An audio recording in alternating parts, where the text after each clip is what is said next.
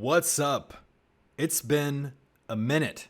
Almost immediately after posting that Senawa video, I came down with a real bad flu fever, and I've basically been out for a week and a half. Haven't been able to do pretty much anything except play video games. And I've been having a lot of fun with this game. This game is called Endless Abyss, and these Slay the Spire type games find their way to me. My buddy turned me onto this, and I'm pretty glad he did. There's a lot to like here. I actually tried recording this for the past couple days, but my voice kept going. Still coughing, and it's a little scratchy and rough. But they had a new patch today that changed quite a bit of stuff. So I guess I'm glad I didn't post a video yesterday just for all of that to not really be true anymore. So this game is influenced by Slay the Spire, but there's some big differences. There are... Just realized I didn't have the sound on. But there are some big differences from this game to Slay the Spire. Namely, progression isn't just tied to each run. This game is definitely a rogue light in that there are persistent elements that you carry between runs. Your characters objectively get stronger between runs. Namely, first of all, your character gains levels, and each time you gain a level, you gain more stats.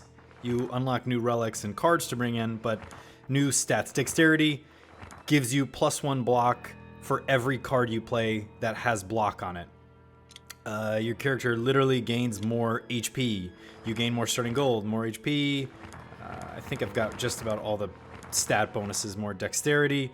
So your character literally gets stronger, and the attack cards you play and the defensive cards that you play just objectively get stronger. I kind of like that, as the difficulty of this game is pretty high. Speaking of that, there's quite a bit of difficulty modes, and they each have their own unique modifiers as you'd expect. What else? Persistent. There's talents, and you unlock these talents through different objectives. I have to reach level 10 with this guy. I need to reach level 20. I have to clear Nightmare 2, clear Hard 3. So some of these talents are tied to certain gameplay achievements you have to do. And bringing us into the currency, this game is a free-to-play game with only one microtransaction. That's to purchase these red crystals.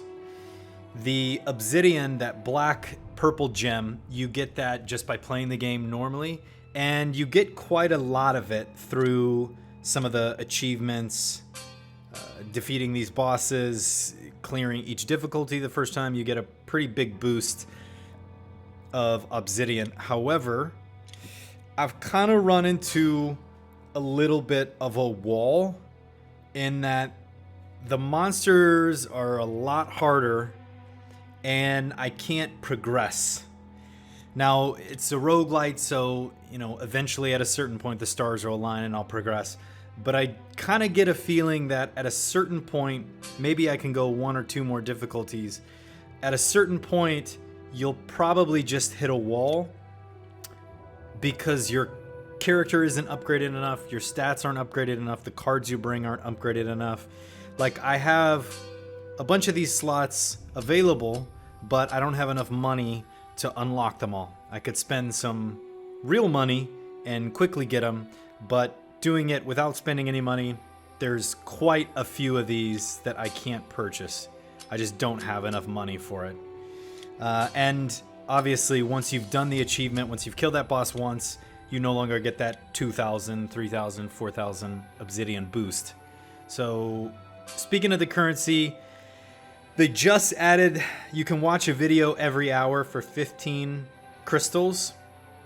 And there's one-time purchases for that the knight and then the silent equivalent, the rogue or stalker, whatever they call it. But you use those crystals and the obsidian to purchase talents, but also to purchase cards, relics, and scrolls.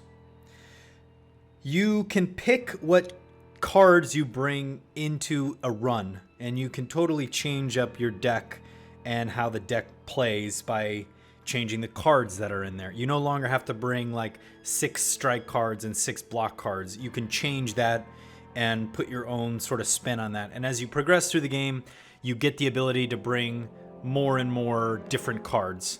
I think at the start you can only swap 1, then 2, then 3, then 4, etc., etc. But you purchase these cards. If you have 3 of the same card, you can upgrade it to the next level, and I'll go through that. You can purchase relics. They're very expensive, but you can bring additional relics at the start of the run. Scrolls are what's required to upgrade the relics. You need 3 scrolls in order to upgrade the relic. All right, so configure. So here's what you bring into a run. You have your 10 default cards, and it's just strike, block, and then 1 armor break. And on the right here, I've unlocked the ability to bring a basic card and a rare card, and then I can unlock a legendary card once I spend enough money to do that. You can also bring additional relics, and at the bottom right you can bring additional potions. So I like the amount of customization here, but again, this kind of comes back to, at a certain point you might run into a literal wall that you can't progress because your cards aren't strong enough. Meaning, basic block has 5 block. Whenever my HP is below 35%, I gain 6 block. However, I've upgraded this one, so it gives me 7 block. And I have another card that I think I can upgrade. Something else. What can we upgrade here?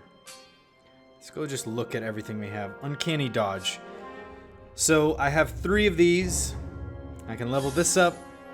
And I have another uncanny dodge +1. If I get 3 of these, I can upgrade it to uncanny dodge +2. And these will change not only the numerical value, but also what the card does. Upgrade a card, upgrade 2 cards, upgrade all cards. And again, you'll find sort of card fragments and additional cards at the end of each run, but also in the shop, you can sort of purchase them there. I do really like this, and I do like the ability to configure what you bring into a run. It's allowed me to try completely different builds and sort of keep some consistency, which you need in roguelike games. You try and make the deck as consistent as possible. And having the ability to just buy stuff right from the shop and then slot it in and try it out, I've kind of fallen into this sort of very defensive build where I get a lot of block and then I hit the opponent for that amount of block. For the Phantom, I've totally changed this. I think at the start you get a bunch of sinister strikes and dodges and then this refraction card, and I kind of played into this with some cards that do things once I discard them. And that's totally different, and you're able to support that because you can bring additional cards in instead of just relying on that same basic set. But again, I don't have anywhere near enough money to buy any additional relics. I don't have anywhere near enough money to buy additional potions, much less to upgrade those potions. So it is still very bare bones just yet. I think if you look at sort of the leaderboards, you can click through these. I think you can. There we go.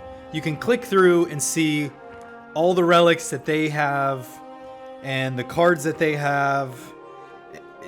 Just, you can kind of get a feel for, okay, who's the god of the game, what kind of build did they go with, what kind of relics did they bring, and maybe, okay, you're gonna have to spend some money if you actually want to get a deck that consistently. But let's just go into this. There's not very many options. You got sound, music, and then smooth mode, which keeps the frame rate a little more consistent but drains the battery. But aside from options, there's not really much else. But the game is basically, you know, Slay the Spire, Dungeon Hunter, a lot of these games. In this case, you go left to right. Battle, random events, your elites. Goblin, in this case, is the shop. The camp, where you can upgrade cards or rest. The treasure at the halfway point. And then the boss all the way at the end. Let me drag this out of the way. 3 potion slots. I start with 92 health and 102 gold. Let's just go ahead and tap on a battle here. So I do really like this. The art style is really good. The sound design is really good. The cards sound really punchy, and they have really good effects tied to them. Surprisingly good effects tied to them. You just tap on a card, and enemy will deal 1 damage 7 times. If he takes 25 damage in a turn, he'll deal me 10 damage. And I have my own relic. Every time I kill a monster, heal 3 HP. Now you'll see I have 3 strength, 3 dexterity, and 6 block. Now this is from my character being upgraded and certain talents that I have that give me this stuff. Let's go ahead and block. We'll do this, and then we'll do parry, which exhausts a random card in my hand. We'll get rid of some of these strikes. Basically what I want to do is get a bunch of block and then hit the opponent for that value in block. I don't really want my just basic bitch strike cards. Upgrade 2 cards in your hand. We'll do this. Let's actually get these 2. And I got enough block here. I put vulnerable on them, which they take more damage, and then a strike card. This kind of play style is exactly what you'd expect. I'm gonna just go through. I don't even think I'll make it to the boss. It's quite long each run, but we'll get an idea for this and why I just really like this game so much. Let's not get rid of our win con, but I think it's just very well done. It's very professional looking. It's fun to play. The feedback is good, and I do really like being able to keep stuff from round to round. It keeps me coming back. One of the issues I had in Slay the Spire was after a certain period of time, after I'd done, I forget what they call it, nightmare mode or whatever the harder difficulties are for the couple of different characters, I kind of fell off. There wasn't much left for me to do. I'm just going to skip. I don't really need any of those cards. But in this game, the ability to keep progressing and keep unlocking stuff, I really like this. So like most of these games, kind of want to get rid of the basic cards as quickly as possible. We'll travel on here, go to another battle. At the end of the battle, you get gold. You get the ability to pick from 1 to 3 cards, and sometimes you'll get a random potion. Let's do this and this. Let's rip something. Get rid of this and then burn whatever you want. The green little lightning means he's going to cast a buff on himself, and you can hover over the enemy and it'll tell you that. The purple little circle means there's going to be a debuff applied on me. We only need 9 blocks, so let's just go ahead and do this. Something like that. Little 9 damage banger. All right. Really, guys, not too much of a threat here. Each time you upgrade a card, the stats on it get better, but also the cost can decrease. So a card at +2 is the highest level it can get. In this case, Barbarous Collision costs 0 when I get it to +2. And Parry, before it would exhaust a random card in my hand, now it exhausts a designated card. So I get to pick, which is useful. We'll hit this guy and then end my turn. This icon here, you have your options. You can see the deck. Here I can look through the relics, and then this just shows you the world map there. There's not really much else you need to do. As you'd expect in this kind of game, you kind of just go left to right. In my turn, over the course of play, you'll get additional relics, and those... Alright, it said file size reached, and it stopped recording. Whoopsie! We're still fighting this dude. Let's just keep upgrading this stuff. Boom, boom. Actually burn that basic one, and we'll hit this guy. Come on now. I want to at least show all the different options. We're not going to do a complete run. That'll just take way too long. But if I can show you some of the different options that you can pick, the elites, which you get after the elite, hopefully a shop, and then a camp. I think you'll get a good enough idea for what this game has to offer. Get some gold, pick a card, none of these. And threaten, I think, applies vulnerable. Okay. Skip this. Elite. And then we can go to a camp here. Okay. So the elite, if you can kill an elite, you will get, in addition to the gold and a card, you'll also get a relic. And you kind of want to fight them sparingly. At a certain point, your deck will be sort of put together and the elites are going to be much easier to kill. But right at the start, they're really, really, really brutal. The first couple of games you play, you're probably going to just get completely wiped and owned at the very first elite until you get some strength and dexterity, which, again, strength just flat out improves the damage each card does, and dexterity improves the block each card does. The very first couple rounds, I just got murdered on this Death Stallion. I had no counterplay at all, and I was quite confused, but kind of figured it out. So here's something additionally that got added. I can tap this in the top right to get a potion. You'll watch an ad, and then you'll get a random potion. This was not there earlier today or yesterday. Whenever the newest patch was, this ability to watch ads was not in the game. We can do this and this. Get this. Again, all I want to do is stack up my defense and then punch him in the face. And, you know, I don't really want to watch an ad on my YouTube video. We'll do this and this. Parry out that. And I'll punch this guy. Question mark, unknown. Again, this game is not by native English speakers, so some of the cards say things that they don't do. Some of the relics say things they don't do. One of the relics says it shuffles some burn cards into your deck, when in reality it just puts them in your starting hand every single time. Some of the cards say they exhaust when they don't. Some of the cards don't say exhaust when they do. What are you gonna do? Do a little of this, do a little of this, do a little of this. And he's gonna die. Okay. Hiss. Punch. 2 burn cards.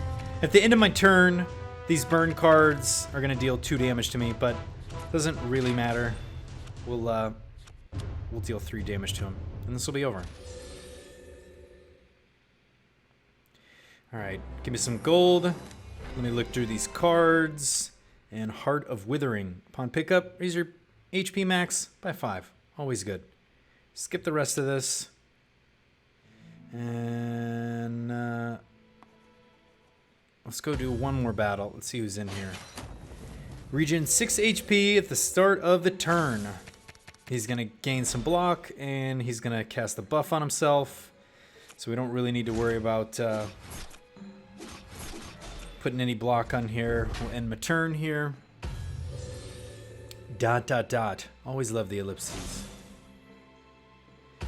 Your block goes away at the end of the turn. There's a certain relic and a card that you can get, a power card, that makes it so, you know, they don't. But I don't have it right at the start.